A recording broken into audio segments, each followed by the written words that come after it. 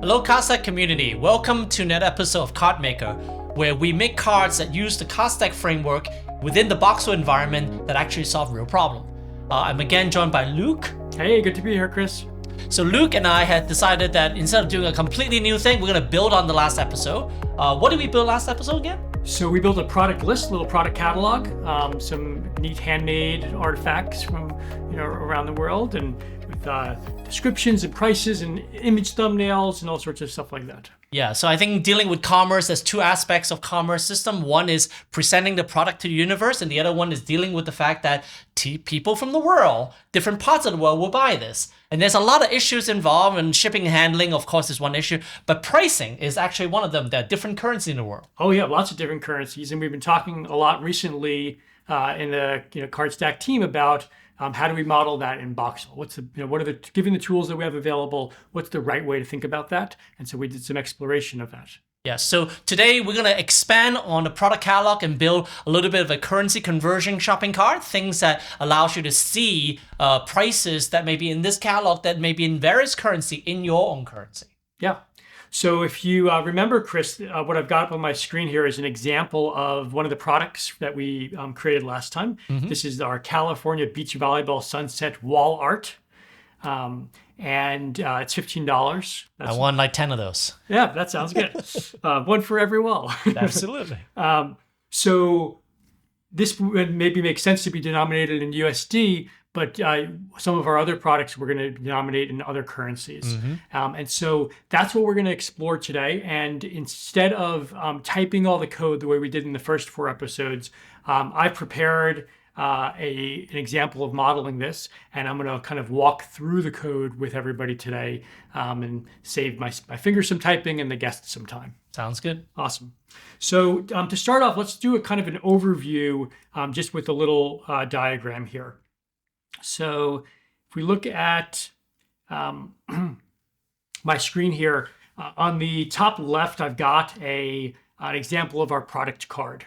And unlike the California wall art we were just looking at, the price in this case is shown in euros, 99 euros for this beautiful Kanagawa leather print reproduction. Mm-hmm. So this $99, the way that we're going to model this is as a field, special field. Before it was just a number field, mm-hmm. right? With how many dollars was it? And you assume it's USD? Exactly. We assumed last episode, everything was USD. Yeah. So now we're going to get a little more sophisticated, and we're going to call this field monetary amount. And a monetary amount is what we call a compound field, and it consists of 2 things. It consists of a number, how much, mm-hmm. and a currency, what denomination. Right. And so if we look at this product, here's our 99 euros. That maps to the unit price and the currency from monetary amount. And then that currency is actually populated by a card. So each currency in our system is a card. Mm-hmm. For the purposes of today's demo, I just created 3: euros, Indian rupees, and US dollars. Mm-hmm. What we do is we take those currency cards, and for our editor, we map them into a little drop-down so you could easily select the currency when you're configuring that product in Voxel's edit mode. Mm-hmm. The shopping cart is then our card that's going to pull everything together. So as the user shops, they say, I want 3 California beach volleyball wall arts, I want 4 custom whiskey glasses, and I want 1 of those amazing Marcus and Seneca premium concrete bust set. Mm-hmm. We've got these 3 products, one's USD, one's denominated in rupees, one's denominated in euros, and we want to be able to take the user's preferred currency, shown mm-hmm. in the top right here, and we want to map that to use it to help find an exchange rate where one of the currencies of the exchange rate is that preferred currency, and the other one is the currency of the product that we want to convert. In the case of the Marcus and Seneca bust, euros. And then we're going to take the conversion rate of that exchange rate. We're going to use that as we calculate the total value of the customer's shopping cart, right? Because the customer wants to pay in USD. Absolutely. But we've got these 3 different products in 3 different denominations. Yeah. And I think if you think about this as an Excel spreadsheet, mm-hmm. people have done Excel modeling, you will keep these in different sheets, and then you'll be using the selection control equals sheet 1, B2. And that's what these lines are. But they're actually, in our system, they're actually how it works underneath. Yeah, you're basically defining these relationships Right. using Voxel. And then you can imagine that the exchange rate's going to change over time, right? That conversion rate. And we'll talk a little bit when we get there about how that might work. So great. So let's go ahead and flip over to our trust decode mode. And we'll go to, first we'll go actually just pull up this, an example of that, the product card. Let's grab that Marcus and Seneca bust.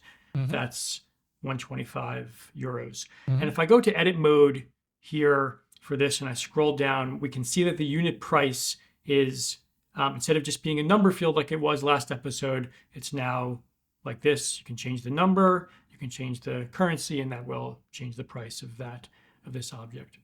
So if we then flip over to code mode to see how that works, let's start with the product listing. So I'm going to go to file tree and I'll just scroll down to product.gts. This is our product definition. And at the bottom of this file is where we've defined the card definition here. And so we can see that our unit price is a contains monetary amount field. And that's all it took. Last episode, our unit price was contains number field. Now it contains monetary amount field, and then that's going to give us this new sophisticated ability. So let's go and look at how is monetary amount field defined. Right. We can use the handy navigation here by clicking in the schema editor. We can just jump right to that card definition. It'll give us a little more space here.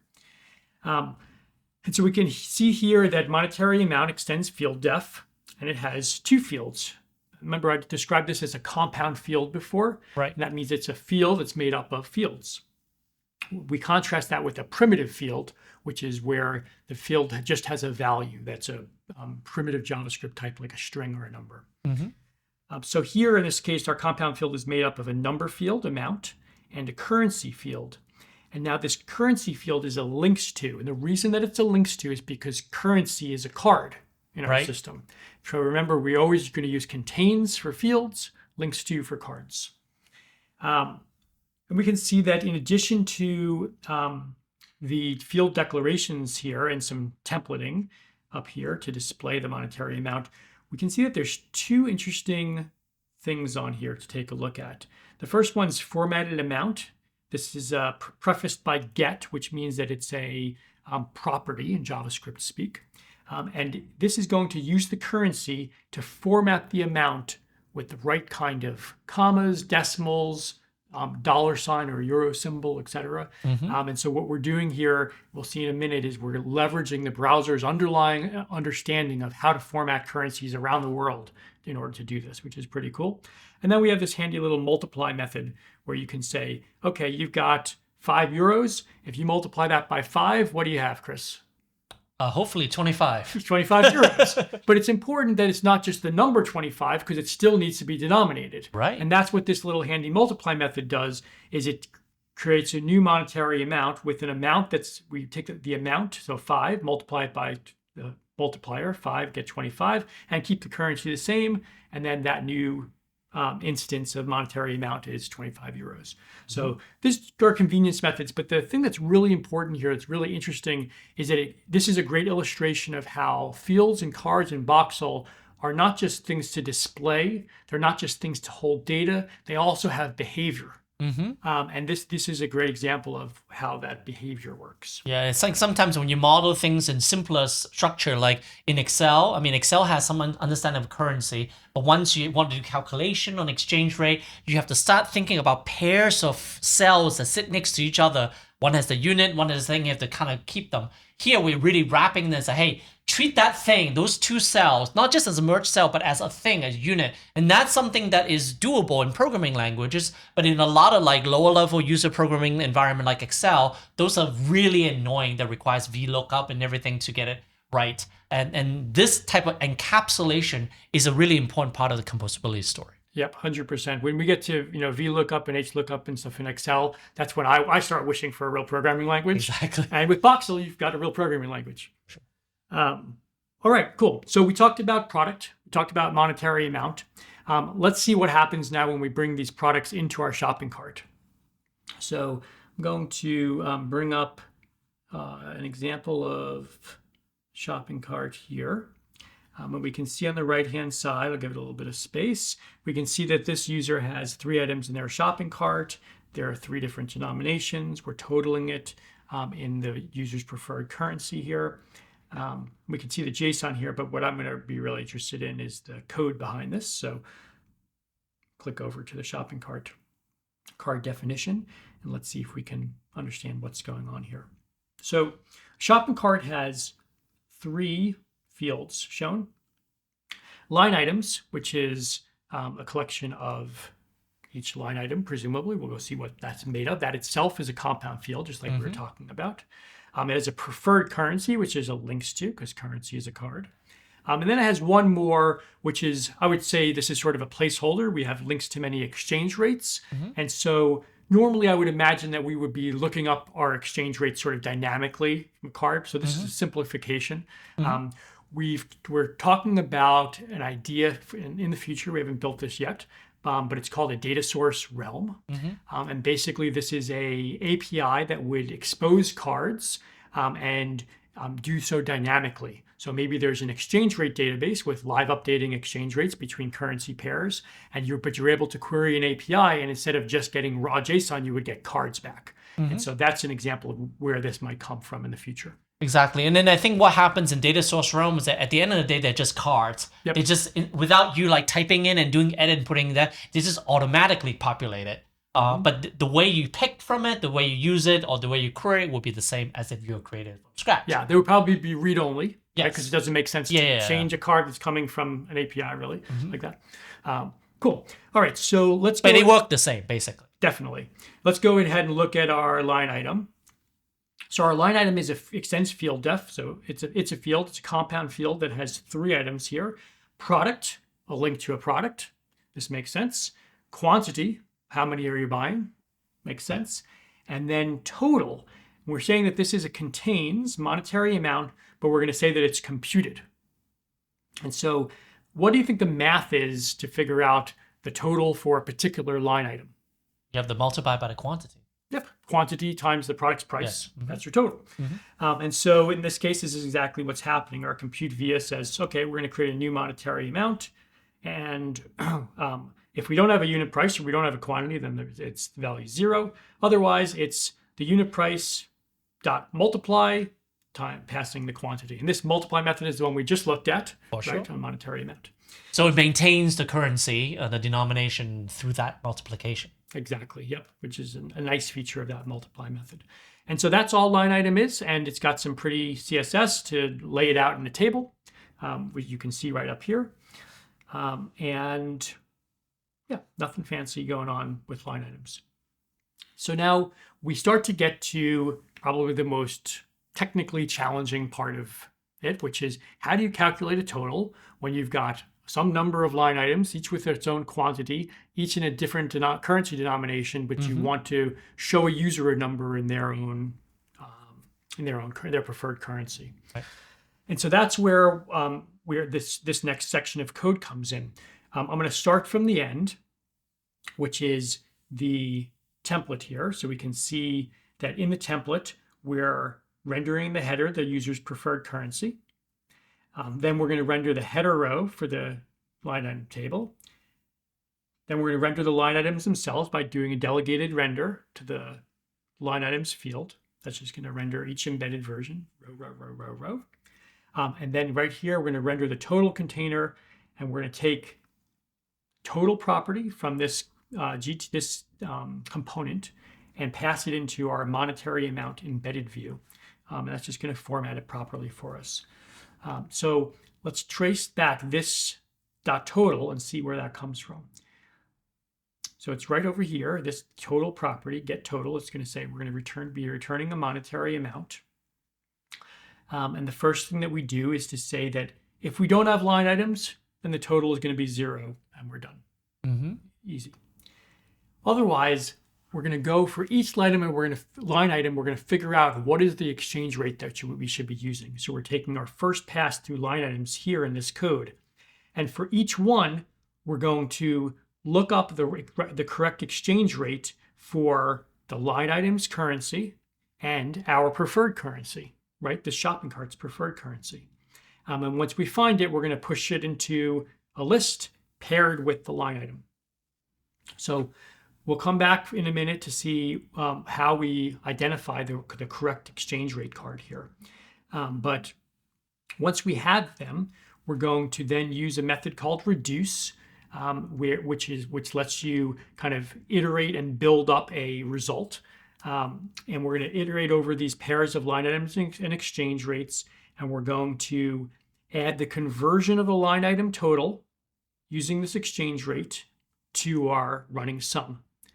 And once we have that, that's going to be the amount of our resulting monetary amount. The currency is our preferred currency, and there we've got our result. Mm-hmm.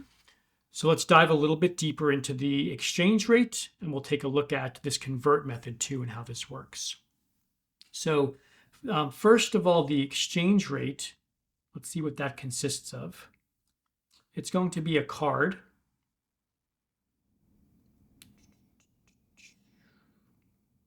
And here is our card definition. It has asset 1, a currency, asset 2, currency, and a conversion rate, a number. Mm-hmm. The normal way to model exchange rates in the world is as pairs. Mm-hmm. And the reason for this is because if you tell me that a dollar is worth 81 Indian rupees, Mm-hmm. I don't have to ask you, hey, how much is Indian rupee worth in dollars? Because I just reversed that math and I already know the answer. Well, unless you're a currency exchanger, you're taking a margin and you want to make sure the dime, right? It's True. a little different. That's must be maybe the next episode. Exactly. Yeah. So 1 over 81 is Yes. the amount of dollars that our Indian rupee is worth. Exactly. And so what we only need one pair to make this work. And then we have a convert method. So you're allowed to, for this convert method, pass in a monetary amount. And as long as that monetary amount is either asset 1 or asset 2, we know the math that we have to run. And we can give you the answer of how much is it worth in the other currency. Mm-hmm. And that's what this convert method does. Yes.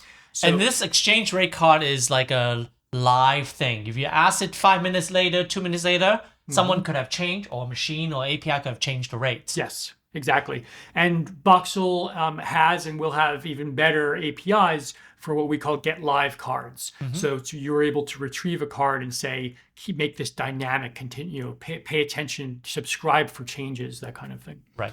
Which is probably not necessary for shopping cart use case, but if it's some currency exchange application, you may want to subscribe to all live changes as this fluctuate over the Sure. minute to Or if minute. you were building some sort of stock ticker Yeah. type of application, et cetera. Cool. So let's use our recent files view and pop back to shopping cart now that we know what the shape of exchange rate is. And if we go down and we look up, we come back to our total calculation. I promised we would dive into look up exchange rate card. And so what this does is it takes two currencies and it's going to figure out what is the exchange rate card that I should use to convert between these two currencies. And so the first section of this says, hey, if your two currencies are the same, then I just want to return something with an exchange rate of 1. There's no need to do anything fancy here. And then if not, I'm going to look through all of the exchange rates until I find a case where the asset 1 of the exchange rate matches my asset 1 that was passed in, and asset 2 matches my asset 2. Or the reverse. Asset 1 is the same as my passed in asset 2, and asset 2 is the same as my passed in asset 1. You inverse it, right? Exactly, because we talked about how it can work in either direction. And so that is the magic of finding the right exchange rate and then using that convert method, which knows how to figure out the correct direction to go in down here to convert each line item's total and then add it to your running sum in your preferred currency. So to top this off and just see it work in action, if we come back to our shopping cart here, we can see that our preferred currency is currently USD. And we can see the JSON for this card. We can see the preferred currency is right here. I happen to know that euros is currency 2. So I'm going to change this from currency 1 to currency 2. And if all goes well, we can see that update to now the preferred currency shows as euro, and the value is calculated dynamically as 251.47 euros. And we can do it just for kicks. We'll do one more time and we'll convert it to 3. We'll save, and now we've got the amount in Indian rupees. So pretty cool. The modeling worked pretty well. And I hope that was relatively straightforward. There are no big surprises here. There is some boilerplate JavaScript code, right, as we do some iteration and selection and finding. That should be accessible to even a relatively beginner JavaScript developer. And the fields and cards and the way that they relate to each other was actually the simplest part of everything that we looked at. And I think what's really interesting about comparing this to other visual programming languages is that a lot of other programming environment, no-code environment, once you need to get something fancy, you're in a very different world. Maybe a unique programming language or subset, a domain-specific language, a DSL, where it expresses certain things really easy. You can add a field, but you can't actually do computation. What's interesting is that in this example, you drop down to a browser internationalization API that exists in all the standard browser. You use MapReduce type of things, which is how you do aggregation. In fact, database system that gives you a nice query language underneath is doing a reduce function, right? So we can build what we call syntactic sugar on top of these K, make the API even more friendly. But underneath it, what we're doing here is how you build a functional, reactive, responsive, as you update things, update application with persistent. It's actually pretty wild for you to go back to say, oh, let me go back to my shopping cart, and it was exactly as you left it. That's not quite normal because a lot of web application, your shopping cart's tied to sessions, is on the server, and if you didn't check out, you might lose it. Or the ones that you don't check out, you lose it. Remember your data forever, and you're just a cog in the data universe. This is really more like a document, and that type of ability to be static and have things be real, like data written to disk, yet be dynamic when you change it, is really a very unique combination of document way of looking at the world or the web, and then the application way of looking at the world on the web. Yeah, and I think that's something that you and I have talked a little bit about, which is that as people start building things with Voxel, that will be something, a challenge to how people think about building apps, is they will have to think a little bit more document oriented to kind of fit into the Voxel way a little bit more. We think that's a good thing, right? We think that that's going to unlock really big productivity gains and ways to build software that seemed really hard before. But it will require some different ways of thinking and for different parts of the application. And I hope that that's something that we can explore in future episodes. Absolutely. And I think the final point I want to make about this series is that when we build on top of existing field we've made, build on top of the product card we made in the episode, we made some exchange rates. Developers, either Luke in the next episode or other developer in the ecosystem, exchange rate is done. You don't have to do it again, right? Every single time we make a card, make a field, that is contributed to the entire community. So you can just think about what have been built before me that I can draw upon. They're not just library for JavaScript to render something or deal with some kind of front-end programming challenges. They're actually like business logic with UI, with data input, with validation, with multiply function already done. So you can start thinking about how to assemble new application and just focus on the bits that adds a new value that's never been done before. The things that you were like, oh, I don't want to deal with a date range. Hey, maybe there's a date range card or compound fields already available for people doing booking application, right? You may just use that and then not have to do any of it. You just say, date range, take that control that looks kind of like Airbnb and it works really well, and you never have to do it again. So that type of composability is already there. So we're not saying that everybody has to type every line of code. Sometimes it's just about writing the JavaScript, writing a little bit of glue to orchestrate between the web platform, the JavaScript runtime, and Voxel-based cards and fields that has been written before you. Yes, and we have big plans to make that stuff very discoverable as well. Ideas about catalogs, storefront-like experiences that make it easy to find the things that you want to be the building blocks for your application. And if you build something that you're proud of, we want you to be able to submit, not just as an open source contribution, I think is great, but if you have a very domain specific thing that you think that would be useful for a group of people doing some sort of workout tracking and you've done that, you can just sell it. Maybe someone will buy your template or use your code as part of a subscription of a premium level that you can get a slice of the revenue that goes into the value that's been created on top of this open source library.